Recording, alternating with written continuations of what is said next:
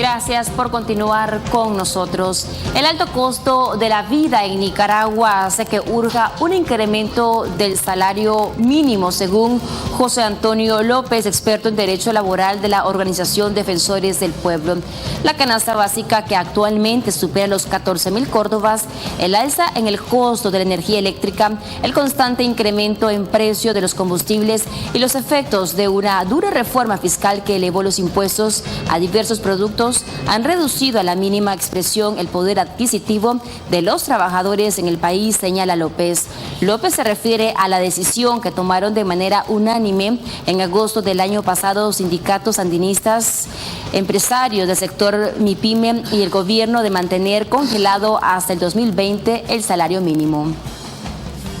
Nicaragua es un Estado social de derecho, entonces desde el punto de vista jurídico legal es cumplir con lo que la ley manda. La ley de salario mínimo habla de que va a versar con la inflación el crecimiento y la carestía o el costo de la canasta básica. Pero vimos el año pasado que solo hubo aumento salarial para el ejército y la policía y el Estado, pero para ustedes los trabajadores de las empresas privadas no hubo, ¿verdad? Entonces ahí se aplicó el artículo 27 de la desigualdad ante la ley. ¿Por qué decimos que hubo desigualdad ante la ley? Porque solo se benefició al Estado y no se benefició a la empresa privada.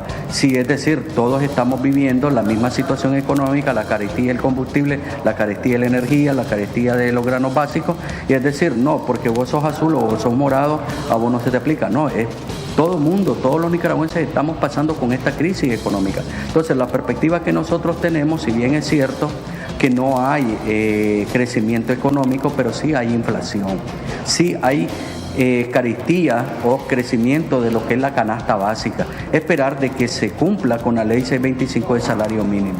¿Por qué no se les aplicó aumento el año pasado? Aunque sindicatos sandinistas señalan que a pesar de esta decisión, sectores como el de Zonas Francas sí aplicaron un ajuste al salario mínimo de sus trabajadores, coinciden en que este año debe beneficiarse con un incremento salarial a todos los sectores. Nosotros creemos que los trabajadores no podemos cargar el costo de la crisis.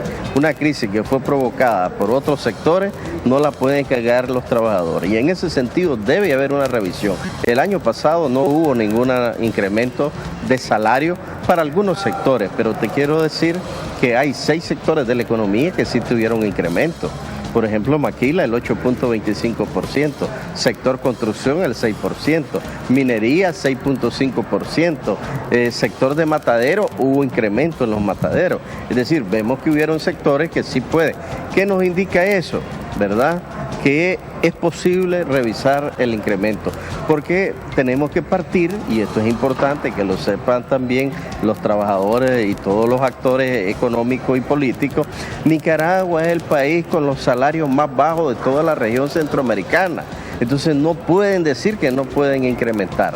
Es decir, a pesar que hay una crisis, hay sectores que podemos, discutir la posibilidad de esos incrementos, inclusive las pymes. De tal manera que para nosotros esos 3 elementos que son los que rigen la ley de salario mínimo, desde nuestro punto de vista está desfasado.